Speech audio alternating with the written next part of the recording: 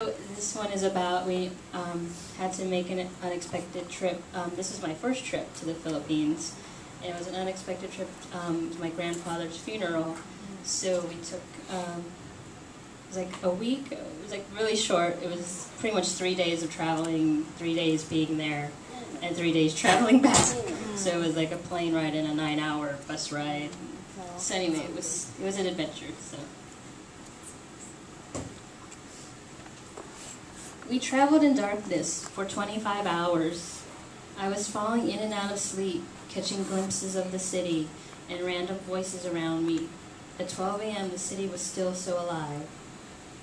And the voices are saying, "My neck pillow is broken. We're missing someone." I can't sleep with all that snoring. "I'm going 80. I'm going to kill us all. Ha ha." Daylight finally woke me, and I found myself in one of those scenes you only see on frayed postcards. The bus began to make frequent stops to pick up passengers. I forgot it was a weekday. Even clear across the globe, people still had to go to work. I would have been working too, but instead I took an unexpected trip with my siblings to my mom and dad's hometown of Lapote. I stepped into the house I had only seen before in aging photographs.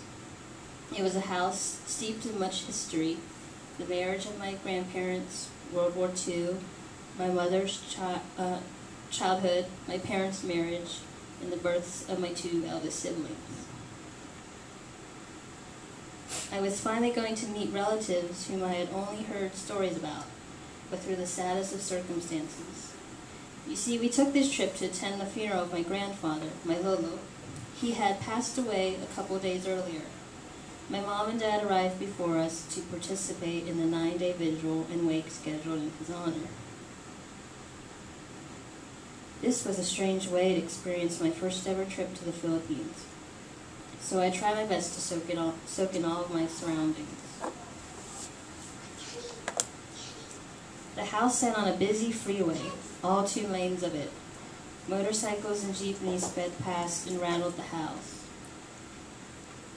One of the brightest moments of the trip was meeting my paternal grandmother, my Lola, for the first time in my life.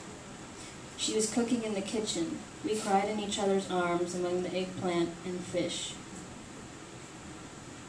We accompanied Lola and her neighbor to their homes down the road. There's no sidewalk along the busy stretch of road, so it's pretty scary.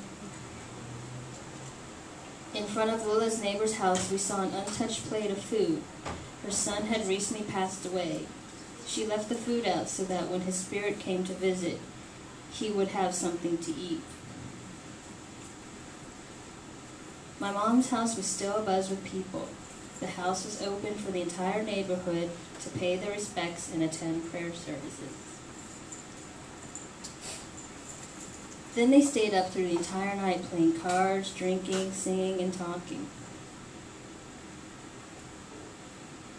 Then strange things started to happen.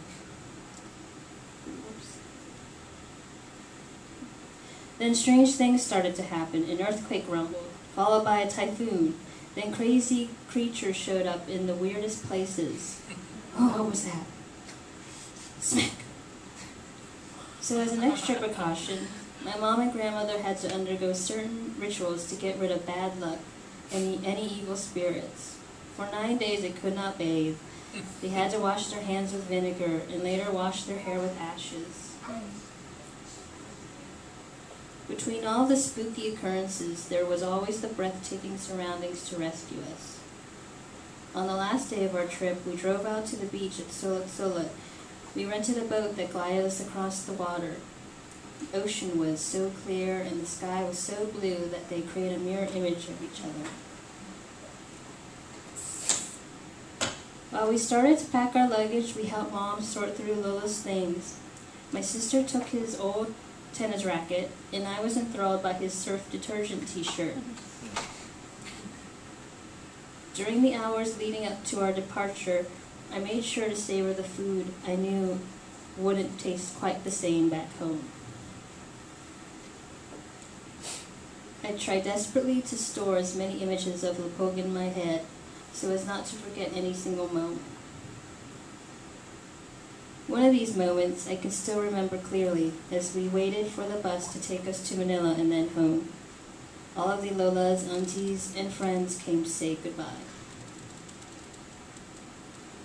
That group of women reminded me of the strength and courage that their town and our family was founded on. As I traveled through the darkness once again, I kept that in my mind, and how that all related to my life thousands of miles away.